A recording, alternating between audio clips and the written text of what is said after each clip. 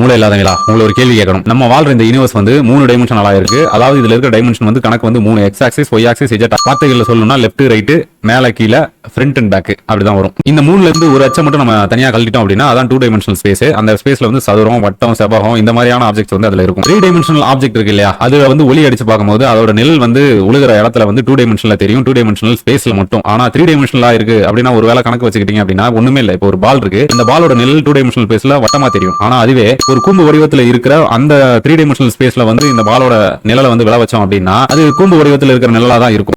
ஒரே ஒரு 3 டைமென்ஷனல் ஆப்ஜெக்ட்டை வச்சு இன்ஃபினிட்டி 2 டைமென்ஷனல் ஆப்ஜெக்ட்டோட நிழலை வந்து நம்ம எடுக்க முடியும். இந்த 2 டைமென்ஷனல் ஸ்பேஸ்ல இருந்து இன்னொரு ஆக்சஸ், அதாவது இன்னொரு அச்சை நீங்க எடுத்துட்டீங்க அப்படின்னா அதான் சிங்கிள் டைமென்ஷன் ஆக்சஸா இருக்கும். கிட்டத்தட்ட சொல்லணும்னா கோடுகள் வாழும் பகுதினே சொல்லலாம். எப்பவுமே நிழல் வந்து வெளிச்சம் இருக்கிற இடத்துக்கு ஆப்போசிட் டைரக்ஷன்ல தான் விழுக போகுது. இந்த 2 டைமென்ஷனல் பேப்பரோட நிழல் வந்து எப்பவுமே வந்து 2 டைமென்ஷனல் ஸ்பேஸ்ல 2 டைமென்ஷனா தான் விழுக போகுது. ஏன்னா இது எந்த பக்கம் நீங்க வச்சிருந்தாலும் அதோட நிழல் வந்து 2 டைமென்ஷனா தான் விழுகும். ஆனா ஒரு ஆங்கிள், பர்టిక్యులர் ஆங்கிள் நீங்க இப்படி திருப்பி வைக்கும்போது ஒரு ஸ்ட்ரைட் லைனா வரும். அதுதான் வந்து சிங்கிள் டைமென்ஷன் ஆப்ஜெக்ட்டா மாறும். அதோட நிழல் வந்து சிங்கிள் டைமென்ஷன்ல விழுகும். இப்படி வச்சு பாத்தீங்கன்னாலும் சிங்கிள் டைமென்ஷன் தான், இப்படி வச்சு பாத்தீங்கன்னாலும் சிங்கிள் டைமென்ஷன் தான். 2 டைமென்ஷனல் ஆப்ஜெக்ட்டோட நிழல்ங்கிறது சிங்கிள் டைமென்ஷன்ல இன்ஃபினிட்டி நிழல்கள் எடுக்கலாம். எப்படி சொல்லனா, நீங்க இப்படி வைக்கும்போது ஒரு நிழல் ஹைட் வந்து ஒரு ஹைட்ல விழுகும். அப்படியே லைட்டா டில்ட் பண்ணீங்கன்னா ஹைட் சேஞ்ச் ஆகும், அப்படியே டில்ட் பண்ணீங்கன்னா ஹைட் சேஞ்ச் ஆகும். இப்படியே டில்ட் பண்ணி கொண்டு வந்தீங்கன்னா இன்ஃபினிட்டி சிங்கிள் டைமென்ஷன் நிழலை வந்து நீங்க வந்து பெறலாம். இப்போ இந்த சிங்கிள் டைமென்ஷன்ல இருக்கிற இன்னொரு அச்சையை நீங்க தூக்கி போட்டீங்கன்னா அதான் 0 டைமென்ஷன். அதுல புள்ளி கூட இருக்காது. ஆக்சுவலா இந்த சிங்கிள் டைமென்ஷன்லயோ 2 டைமென்ஷன்லயோ 3 டைமென்ஷன்ல கூட நீங்க புள்ளியை ஃபார்ம் பண்ணிடலாம். ஆனா 0 டைமென்ஷன்ல புள்ளி கூட இருக்காது. எக்ஸாம்பிள் சொல்லணும்னா 0 energy, 0 matter, 0 space, 0 time, 0 law of nature தான் இங்க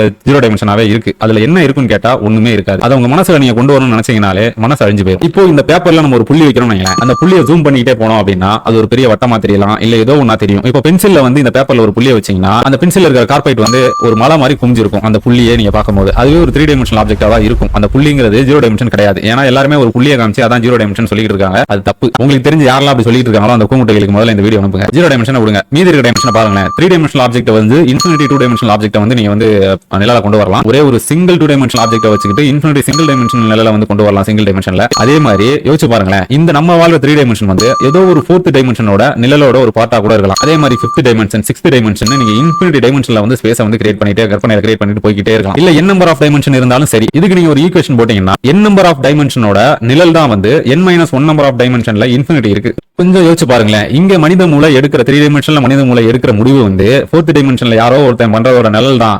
அப்ப 5th டைமென்ஷன் 6th டைமென்ஷன் போனீங்கன்னா இந்த யூனிவர்ஸ்ல நீங்க என்ன கிழிச்சீங்க? கமெண்ட் செக்ஷன்ல சொல்லுங்க. மூளை இல்லாத உங்க ஃப்ரெண்ட்ஸுக்கு இதை ஷேர் பண்ணி விட்டுருங்க.